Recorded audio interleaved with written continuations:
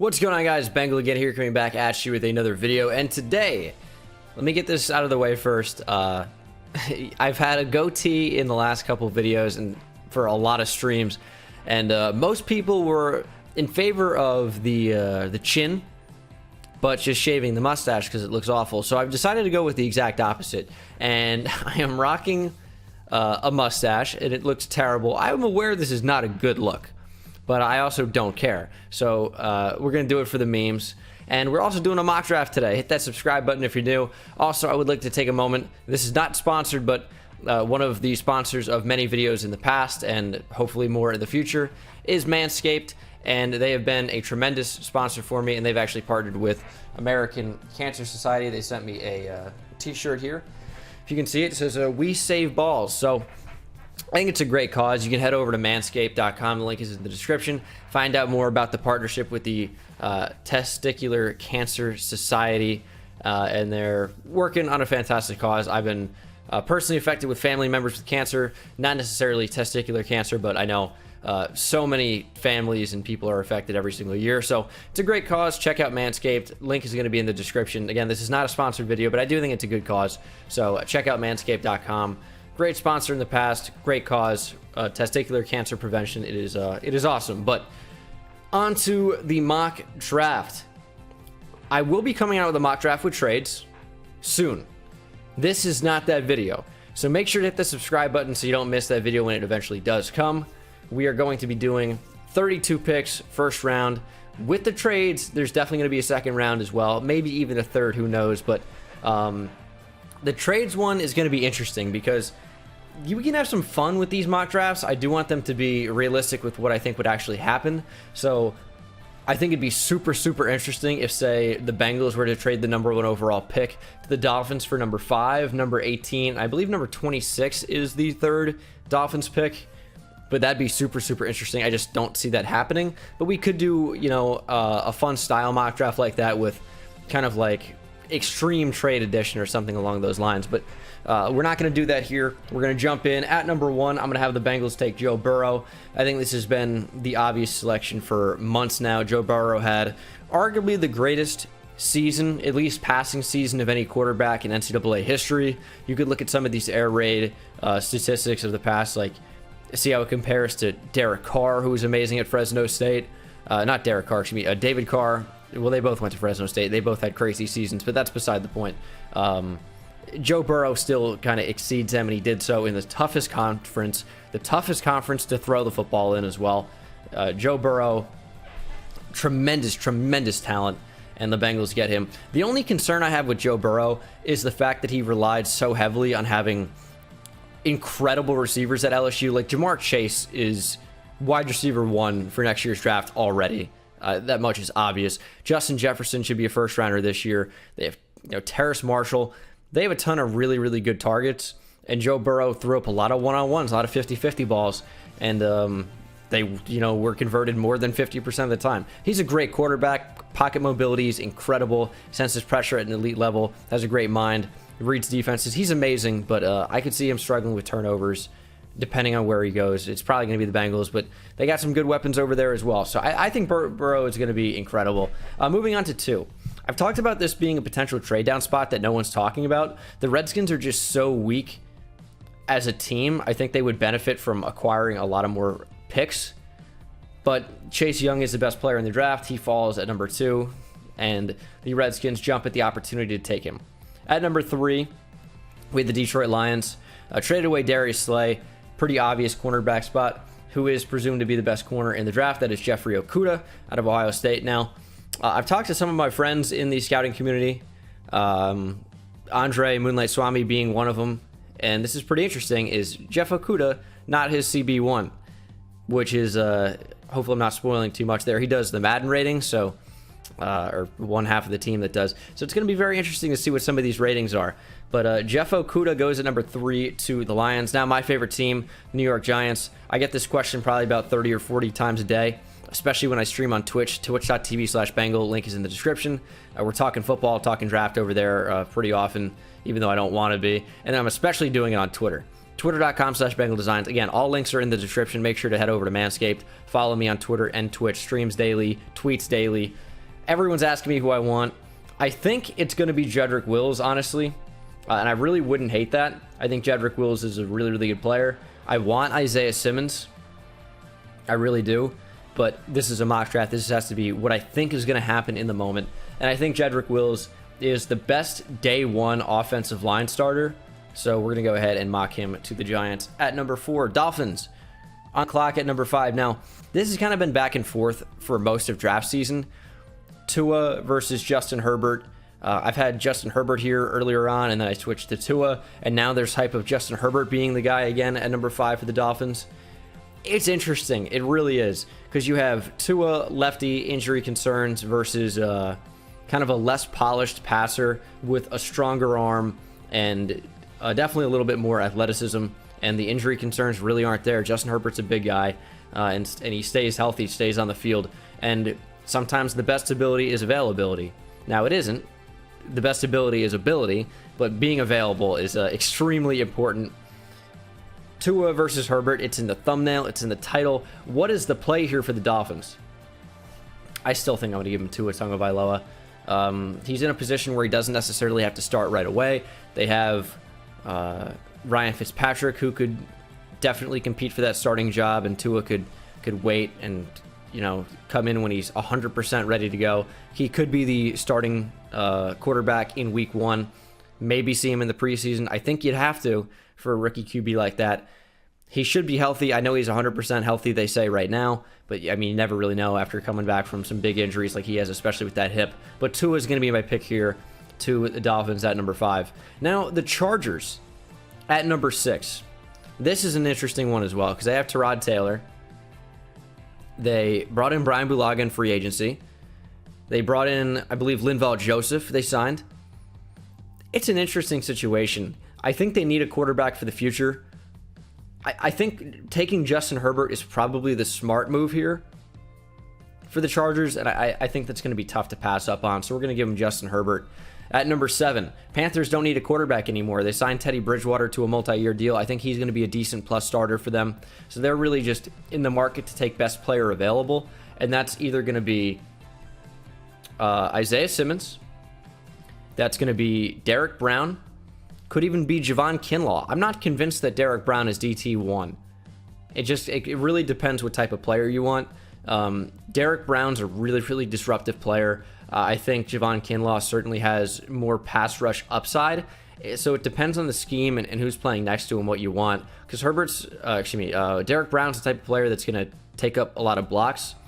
Kinlaw gets double teamed or got double teamed consistently at South Carolina as well, but has that ability to get through the double team rather than just hold them and create opportunities for other guys. I mean, they're both incredible players. Derek Brown's a beast, but do they take a defensive tackle here? They lost Gerald McCoy. There's not really a ton there. It's such a tough call for me because Isaiah Simmons is such a difference maker. I think we are going to give him Derek Brown, though, and move on to the Cardinals at number 8. This is another interesting one. This is either tackle. They brought in DeAndre Hopkins. That's insane. They don't necessarily need receiver at number 8 anymore. But this is either tackle or even Isaiah Simmons. Their linebacking core is not good. They haven't covered tight ends well in the past at all. But I think they should focus on improving that offense. And doing so is protecting Kyler Murray, your potential franchise QB, certainly looking that way. And we're going to give him the best offensive tackle for them, which is someone with the capability to potentially move inside, has the athleticism that's going to work really, really well in that offense, that kind of spread style with the Arizona Cardinals. So Tristan Wirfs, I think, makes a ton of sense. They're just not necessarily as power run oriented that maybe I would give him a Kai Becton. So we're going to go with Tristan Wirfs. Jaguars on the clock at number 9. This is either cornerback or interior defensive line. I think Javon Kinlaw could definitely get some top 10 hype. He's a really, really good player, and I'm super tempted to give him to the Jaguars at number 9 with Derek Brown off the board. Isaiah Simmons is another player that's really, really good, but I am going to say that they go with Javon Kinlaw. I know that's interesting. They just don't necessarily need linebackers much. Obviously, a roaming piece like Isaiah Simmons would be, it'd be really interesting to see how they worked him into their team. Javon Kinlaw is an absolute stud, though, and it's definitely more a position of need. They've pretty much moved their entire defensive line over the past couple years. The only player still remaining is Yannick Ngakoue, and he certainly seems like he's going to leave. So edge is a big need for them as well at that spot at number 9. Not sure that they're any worth taking at that particular spot. We're going to move on to the Browns at number 10. Isaiah Simmons has fallen quite a bit in the draft, but I don't think the Browns will be able to let him go. Yeah, they need offensive tackle really, really badly, but also this is a weapon on defense, and they need linebacker brutally badly after losing Joe Schobert. You have Mack Wilson, who's quite good. I like him a lot. Liked him a lot at Alabama. Simmons, I think, is too versatile and too incredible not to take here at this spot. I don't think he escapes the top 10. At number 11, I think the Jets would be super, super happy that some of the top tackles are still available. There's really the top 4. It's Wills, Wirfs, Thomas, Becton, in really no particular order. They're very, very good players. I'm going to give the Jets Andrew Thomas, blindside protector for Sam Darnold. Really, really good player. He was great at Georgia. Maybe the best pass blocker in the entire draft. And he is the pick here for the New York Jets. Number 12, we have the Oakland Raiders formerly. Of course, they're moving to Las Vegas now. I'm going to have to get used to saying the Las Vegas Raiders. And this has been wide receiver for forever, pretty much. And nothing changes here because the top 3 receivers are all available. And the new order on TDN predictive board is Ruggs 1, Lamb 2, Jeudy 3. I think Jerry Jeudy's the best receiver in the draft. I think the Raiders might agree with me, and Jerry Jeudy is the pick to the Raiders at number 12. 49ers on the clock at number 13.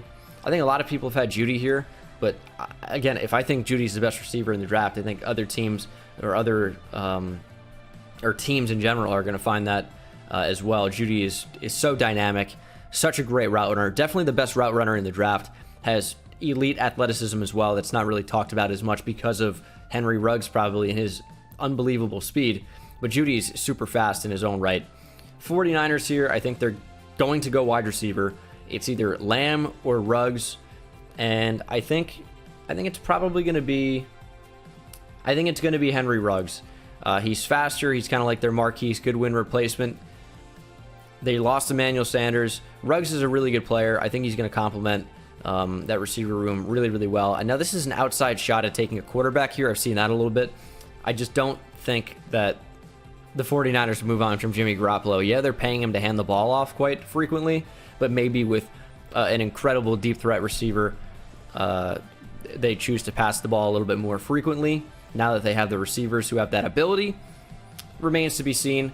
Bucks here at number 14. Got to protect Tom Brady. And this is also someone that's going to fit in really, really well with the Bucks and Bruce Arians. They can run the football, power run with Mekhi Becton at that offensive tackle spot, either left or right side. It depends, because Donovan Smith signed a big contract, but he's bad. DeMar Dotson's a better tackle, plays on the right side, is a lot older. It's going to be interesting to see what Mekhi Becton does. I think he probably starts over Donovan Smith day one if the Bucks take him at 14. So Becton to the Bucks, I like that a lot. Mekhi Becton maybe. And I mean, it's going to be interesting. Maybe the Bruce Arians offense changes a bit now that they have Tom Brady. They could take a running back later in the draft. The running backs are so bad. And yeah, I know they're not exclusively power run. They're certainly not that. They throw the football a lot. Don't get me wrong.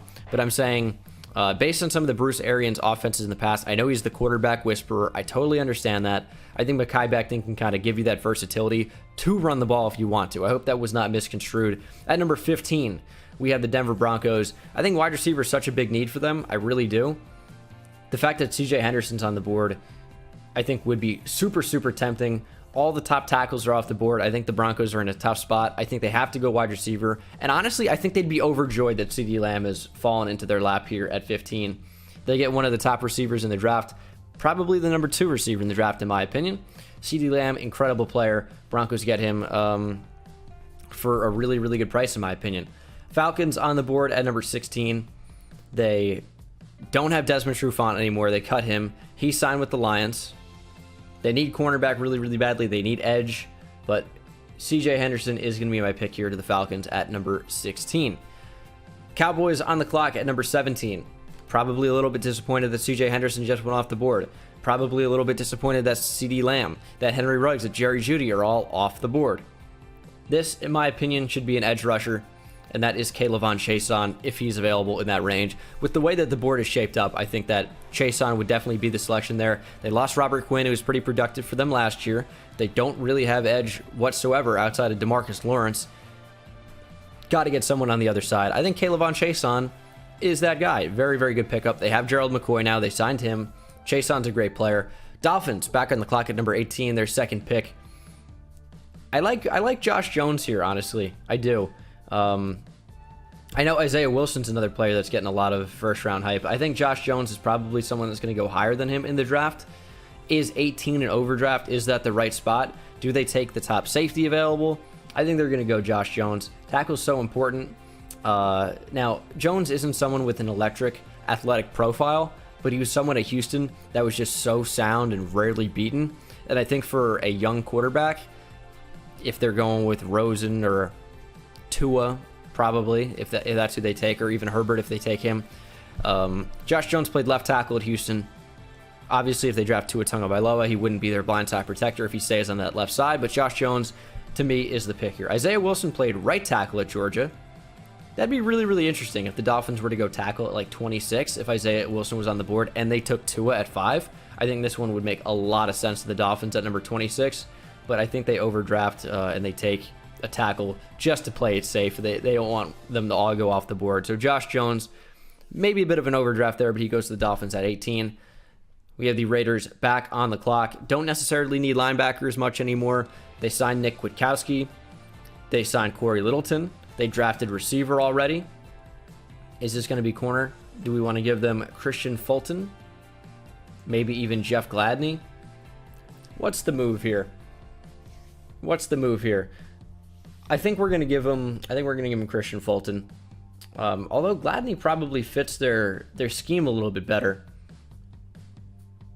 We're going to give him Christian Fulton, just kind of better overall player.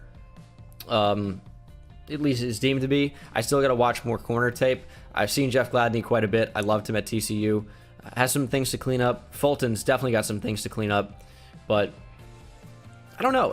I think Fulton, I think that might be conference bias there, with SEC over the Big 12. Christian Fulton goes to the Raiders at number 19. I don't love that pick, honestly, but we got the Jaguars back on the clock at number 20. I think this is going to be a safety for me. They need to improve their secondary really, really badly, and I'm going to go with Grant Delpit. Now, I've pretty much had Xavier McKinney over him in a lot of the mock drafts that I've done, but I think Grant Delpit maybe took last year off a little bit, just thought he solidified his draft stock, didn't play as hard because he was afraid to get injured and, tank his draft stock heavy. Didn't have a great year last year. I know he won the Thorpe Award for best DB in the nation, even if he was the third best DB on his team last year, behind Fulton and, of course, Derek Stingley Jr. I think Grant Delpit is an incredible player. He was unbelievable his sophomore year at LSU. I think he could go, top 10 if he put up another season like that very easily. But I think the Jaguars are going to fall in love with his sophomore tape and say, hey, we can get that player. Maybe he took last year off, blah, blah, blah. Maybe he was injured, which he was a little bit. But Delpit's a great player. Jaguars get themselves a stud at 20. Philadelphia Eagles on the clock at number 21. They're going to go best linebacker available, and that, in my opinion, is going to be Patrick Queen.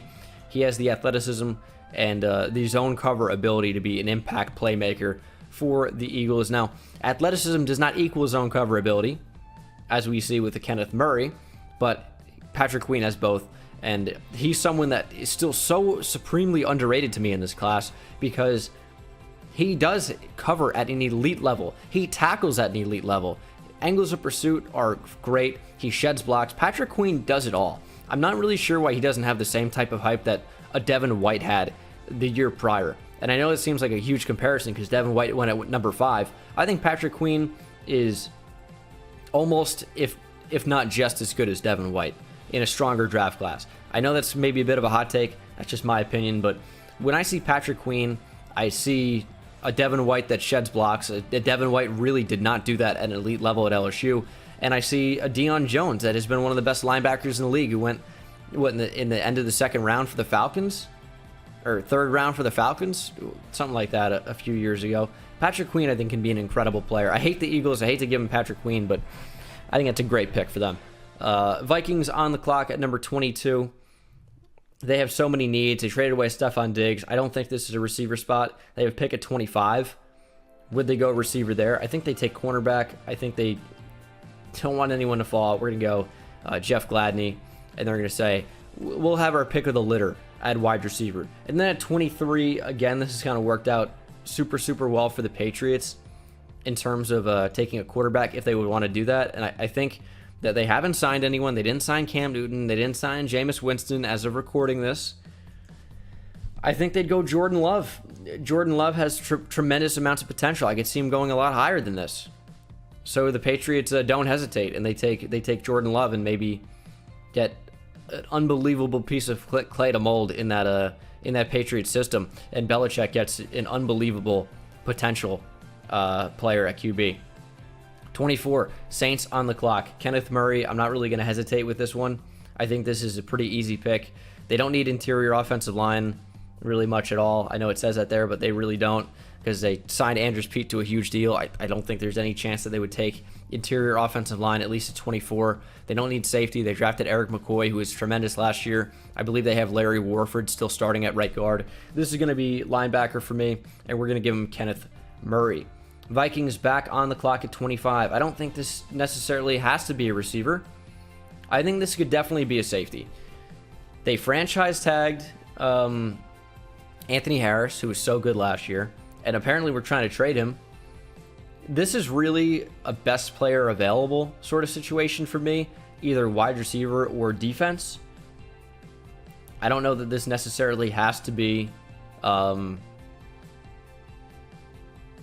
interior offensive line as is listed there. I think this is really wide receiver or defense. You know, I would really like to give him a defensive tackle here almost, because that's a super weak position for them. I think they could potentially wait. I think this is a spot where you see maybe Ross Blacklock get overdrafted. But yeah, maybe I give him a receiver. I don't know. This is a really tough selection for me. I'll give him Justin Jefferson. Why not? Dolphins back on the clock at number 26. Not going to hesitate here. Going to give him Xavier McKinney. Almost gave Xavier McKinney to the Vikings. That was super, super close. But the Dolphins are another team that just, you need to draft best player available pretty much every single pick. And I think Xavier McKinney does that. And if you want to draft a running back, I know you signed Jordan Howard, but if you want to draft a running back, you're going to have some really, really good running backs available in round 2. Seahawks back on the clock at 27. A lot of rumors of Jadeveon Clowney going back there. He still remains unsigned. They still need edge, even if they bring him back. I think edge is a huge need for them. So we're going to give him Yetur Gross-Matos. Ravens at number 28. Another one, I'm not really going to take too much time on this. I'll give him Zach Bond out of Wisconsin. One of the best edge rushers in this class, although there's a significant drop-off over Chase Young, or after Chase Young. And then I think there's an even bigger one after Kayvon Chason. Zach Bond's a really good player, and the Ravens get themselves an edge rusher that they so desperately need. I know they brought in Calais Campbell. I know they franchise tagged Matt Judon. Those are short-term situations, and one thing you'll never hear GM say is, oh, we have enough edge rushers. Rotational guys are huge. Zach Bond's someone that has the versatility to stand up off the line. I think he fits the Ravens scheme so well, and they get themselves a great player at 28. Titans at number 29. Really wanted Clowney. Doesn't seem like that's happening, at least for right now. It could end up happening, but they need an edge rusher. And, I mean, AJ Epineza, I guess. I don't think he fits their system as well. Unless they were to move him inside. I know they cut Jarrell Casey, so maybe AJ Epineza is someone that they have that edge to 3-4 edge, or 3-4 end versatility to slide him inside. So maybe he actually does fit the Titans really, really well if they want to play him in that kind of Jarrell Casey style role. Someone that can play inside with a stand-up outside linebacker. So if you have AJ Epineza on the inside, Harold Landry standing up on the edge, that could be a really, really lethal combo, actually. Packers at number 30. I think this has been wide receiver for so long that there's no real reason to mix it up. I think Jalen Reagor is a really, really good fit for them, and he fits their team so well. Brandon Ayuk, I like it in that spot as well, but Rager's quite good. Now, I don't think the 49ers actually take this pick. I think they end up trading down. They need to acquire more picks. They're so thin throughout the rest of the draft. I know they moved up. They got number 13 overall, but I still don't really see them taking this pick. But if they were to, I think they would go secondary, and that's either cornerback or safety, obviously. We know what the secondary is at this point. They could take the versatility of Antoine Winfield, or they could take an actual corner, and I think we're going to do that. Need someone with a little bit more speed, and that's Trayvon Diggs, potentially AJ Terrell. Noah Igbenogany is quite good as well. Jalen Johnson's not so fast, but is more technically sound. Let's give him who fits this team best. I think the size and speed profile of AJ Terrell is quite good. I just don't love him as a player compared to some of these other guys. But AJ Terrell at number 31. I'm unsure about a lot of these cornerbacks past kind of like the top 2 or 3 or 4. So at number 32, rounding out the mock draft, to the Chiefs. I don't really want to give him running back. I think this has got to be secondary as well, and I think I'm going to give him. I don't know, man. They need a boundary cornerback. I'll give him Jalen Johnson. This was an interesting mock draft. I like a lot of it. Uncomfortable with a lot of it. And I think those are the ones that end up being the most realistic because, like, you know, the draft never really goes 100% as you expect, especially with trades. But this is the mock draft. Let me know what you think down in the comment section below. I'm sure you disagree with every single pick, especially for your team. But that's going to do it for me, guys. Thank you so much for watching. Hope you enjoyed it, and I will see you in the next one. Take it easy.